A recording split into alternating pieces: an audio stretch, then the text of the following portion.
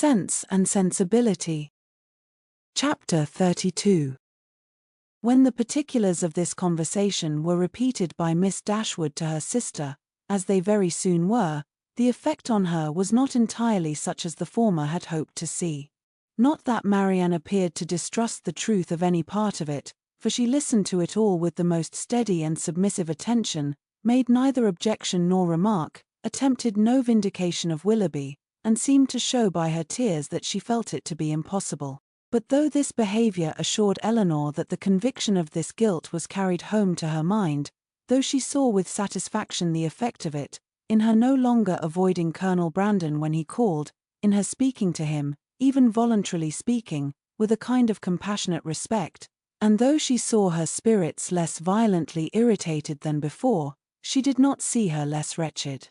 Her mind did become settled, but it was settled in a gloomy dejection.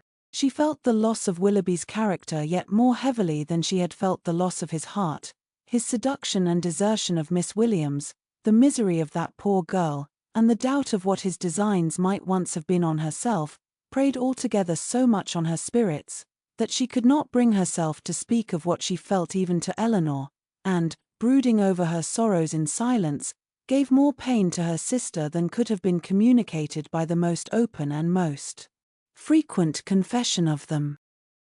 To give the feelings or the language of Mrs. Dashwood on receiving and answering Elinor's letter would be only to give a repetition of what her daughters had already felt and said, of a disappointment hardly less painful than Marianne's, and an indignation even greater than Elinor's. Long letters from her, quickly succeeding each other, arrived to tell all that she suffered and thought, to express her anxious solicitude for Marianne, and entreat she would bear up with fortitude under this misfortune. Bad indeed must the nature of Marianne's affliction be, when her mother could talk of fortitude. Mortifying and humiliating must be the origin of those regrets, which she could wish her not to indulge. Against the interest of her own individual comfort, Mrs. Dashwood had determined that it would be better for Marianne to be anywhere, at that time, than at Barton, where everything within her view would be bringing back the past in the strongest and most afflicting manner, by constantly placing Willoughby before her, such as she had always seen him there. She recommended it to her daughters, therefore, by all means not to shorten their visit to Mrs. Jennings, the length of which, though never exactly fixed, had been expected by all to comprise at least 5 or 6 weeks. A variety of occupations, of objects, and of company, which could not be procured at Barton, would be inevitable there, and might yet, she hoped, cheat Marianne, at times, into some interest beyond herself, and even into some amusement, much as the ideas of both might now be spurned by her. From all danger of seeing Willoughby again, her mother considered her to be at least equally safe in town as in the country, since his acquaintance must now be dropped by all who called themselves her friends.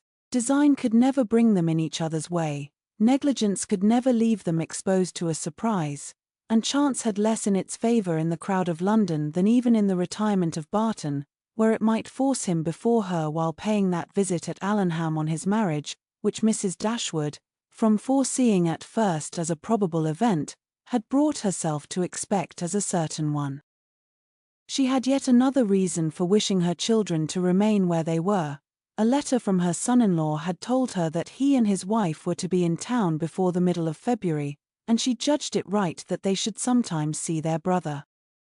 Marianne had promised to be guided by her mother's opinion, and she submitted to it therefore without opposition, though it proved perfectly different from what she wished and expected, though she felt it to be entirely wrong, formed on mistaken grounds, and that by requiring her longer continuance in London it deprived her of the only possible alleviation of her wretchedness, the personal sympathy of her mother, and doomed her to such society and such scenes as must prevent her ever knowing a moment's rest.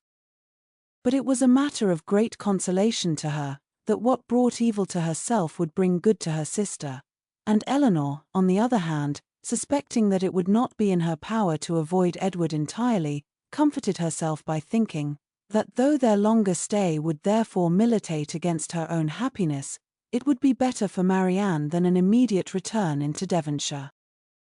Her carefulness in guarding her sister from ever hearing Willoughby's name mentioned was not thrown away. Marianne, though without knowing it herself, reaped all its advantage, for neither Mrs. Jennings, nor Sir John, nor even Mrs. Palmer herself, ever spoke of him before her. Eleanor wished that the same forbearance could have extended towards herself, but that was impossible, and she was obliged to listen day after day to the indignation of them all. Sir John could not have thought it possible. A man of whom he had always had such reason to think well, such a good-natured fellow. He did not believe there was a boulder rider in England. It was an unaccountable business. He wished him at the devil with all his heart. He would not speak another word to him, meet him where he might, for all the world.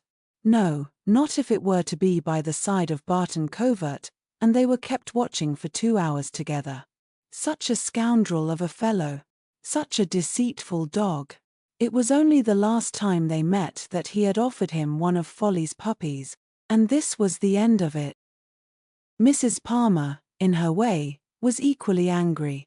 She was determined to drop his acquaintance immediately, and she was very thankful that she had never been acquainted with him at all. She wished with all her heart Combe Magna was not so near Cleveland, but it did not signify, for it was a great deal too far off to visit. She hated him so much that she was resolved never to mention his name again, and she should tell everybody she saw how good-for-nothing he was. The rest of Mrs. Palmer's sympathy was shown in procuring all the particulars in her power of the approaching marriage, and communicating them to Eleanor. She could soon tell at what coachmakers the new carriage was building, by what painter Mr. Willoughby's portrait was drawn, and at what warehouse Miss Grey's clothes might be seen. The calm and polite unconcern of Lady Middleton on the occasion was a happy relief to Eleanor's spirits, oppressed as they often were by the clamorous kindness of the others. It was a great comfort to her to be sure of exciting no interest in one person at least among their circle of friends, a great comfort to know that there was one who would meet her without feeling any curiosity after particulars, or any anxiety for her sister's health.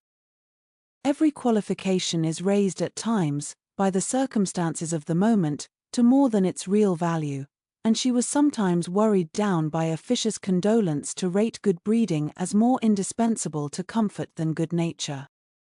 Lady Middleton expressed her sense of the affair about once every day, or twice, if the subject occurred very often, by saying, "It is very shocking, indeed," and by the means of this continual though gentle vent, was able not only to see the Miss Dashwoods from the first without the smallest emotion, but very soon to see them without recollecting a word of the matter, and having thus supported the dignity of her own sex, and spoken her decided censure of what was wrong in the other, she thought herself at liberty to attend to the interest of her own assemblies, and therefore determined, though rather against the opinion of Sir John, that as Mrs. Willoughby would at once be a woman of elegance and fortune, to leave her card with her as soon as she married. Colonel Brandon's delicate, unobtrusive inquiries were never unwelcome to Miss Dashwood. He had abundantly earned the privilege of intimate discussion of her sister's disappointment, by the friendly zeal with which he had endeavoured to soften it, and they always conversed with confidence. His chief reward for the painful exertion of disclosing past sorrows and present humiliations was given in the pitying eye with which Marianne sometimes observed him, and the gentleness of her voice whenever, though it did not often happen, she was obliged, or could oblige herself to speak to him. These assured him that his exertion had produced an increase of goodwill towards himself, and these gave Eleanor hopes of its being farther augmented hereafter. But Mrs. Jennings, who knew nothing of all this, who knew only that the Colonel continued as grave as ever, and that she could neither prevail on him to make the offer himself, nor commission her to make it for him, began, at the end of 2 days, to think that, instead of midsummer, they would not be married till Michaelmas, and by the end of a week that it would not be a match at all. The good understanding between the Colonel and Miss Dashwood seemed rather to declare that the honours of the mulberry tree, the canal, and the yew arbour would all be made over to her, and Mrs. Jennings had, for some time ceased to think at all of Mrs. Ferrars. Early in February, within a fortnight from the receipt of Willoughby's letter, Eleanor had the painful office of informing her sister that he was married. She had taken care to have the intelligence conveyed to herself, as soon as it was known that the ceremony was over, as she was desirous that Marianne should not receive the first notice of it from the public papers, which she saw her eagerly examining every morning. She received the news with resolute composure, made no observation on it, and at first shed no tears, but after a short time they would burst out, and for the rest of the day, she was in a state hardly less pitiable than when she first learnt to expect the event. The Willoughbys left town as soon as they were married, and Eleanor now hoped, as there could be no danger of her seeing either of them, to prevail on her sister, who had never yet left the house since the blow first fell, to go out again by degrees as she had done before. About this time the two Miss Steeles, lately arrived at their cousin's house in Bartlett's Buildings, Holborn, presented themselves again before their more grand relations in Conduit and Berkeley Streets, and were welcomed by them all with great cordiality. Eleanor only was sorry to see them. Their presence always gave her pain, and she hardly knew how to make a very gracious return to the overpowering delight of Lucy in finding her still in town. "I should have been quite disappointed if I had not found you here still," said she repeatedly, with a strong emphasis on the word. "But I always thought I should. I was almost sure you would not leave London yet a while, though you told me, you know, at Barton, that you should not stay above a month. But I thought, at the time, that you would most likely change your mind when it came to the point. It would have been such a great pity to have went away before your brother and sister came. And now to be sure you will be in no hurry to be gone. I am amazingly glad you did not keep to your word." Eleanor perfectly understood her, and was forced to use all her self-command to make it appear that she did not. "Well, my dear," said Mrs. Jennings, "and how did you travel?"